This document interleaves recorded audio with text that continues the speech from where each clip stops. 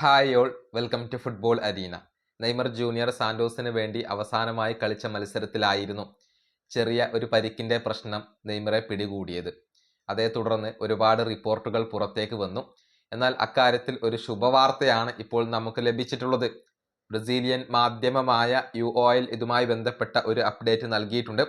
വളരെ വേഗത്തിൽ തന്നെ നെയ്മർ ജൂനിയർ ആ പരിക്കിൽ നിന്നും മുക്തനാകുന്നു എന്നാണ് ഇപ്പോൾ UOL കണ്ടെത്തിയിട്ടുള്ളത്. ബ്രസീലിയൻ ദേശീയ ടീമിന്റെ മത്സരങ്ങൾക്ക് നെയ്മർ ജൂനിയർ റെഡിയാകും, അഥവാ വേൾഡ് കപ്പിന് വേണ്ടി നെയ്മർ റെഡിയാകും, അക്കാര്യത്തിൽ സംശയങ്ങൾ ഒന്നും വേണ്ട എന്നാണ് UOL ഇപ്പോൾ റിപ്പോർട്ട് ചെയ്തിട്ടുള്ളത്. വേൾഡ് കപ്പ് അവസാനിക്കുന്നത് വരെ സാന്റോസിന്റെ മത്സരങ്ങൾ നെയ്മർ ജൂനിയർ കളിക്കില്ല എന്നുള്ള കാര്യം കൂടി ഇവർ റിപ്പോർട്ട് ചെയ്തിട്ടുണ്ട്. അതായത് സാന്റോസിന്റെ അടുത്ത മത്സരത്തിലൊന്നും നെയ്മർ ജൂനിയർ കളിക്കില്ല, അതിപ്പോൾ ഉറപ്പായി കഴിഞ്ഞിട്ടുണ്ട്. നെയ്മർ നാളെ പുലർച്ചെ അഥവാ ബുധനാഴ്ച പുലർച്ചെ ബ്രസീലിന്റെ ഹെഡ്ക്വാർട്ടേഴ്സായ ഗ്രാൻജ കോമറയിൽ എത്തും. അവിടേക്ക് ട്രാവൽ ചെയ്യും എന്ന കാര്യം കൂടി UOL ഇപ്പോൾ റിപ്പോർട്ട് ചെയ്തിട്ടുണ്ട്. അതായത് നാളത്തോടുകൂടി ബ്രസീലിയൻ ക്യാമ്പിലേക്ക് നെയ്മർ ജൂനിയർ ട്രാവൽ ചെയ്യും, അവിടെ ജോയിൻ ചെയ്യും എന്നുള്ളതാണ്. ബ്രസീൽ 2 സൗഹൃദ മത്സരങ്ങൾ കളിക്കുന്നുണ്ട്. ഈജിപ്ത്, പനാമ എന്നിവരാണ് ബ്രസീലിന്റെ എതിരാളികൾ.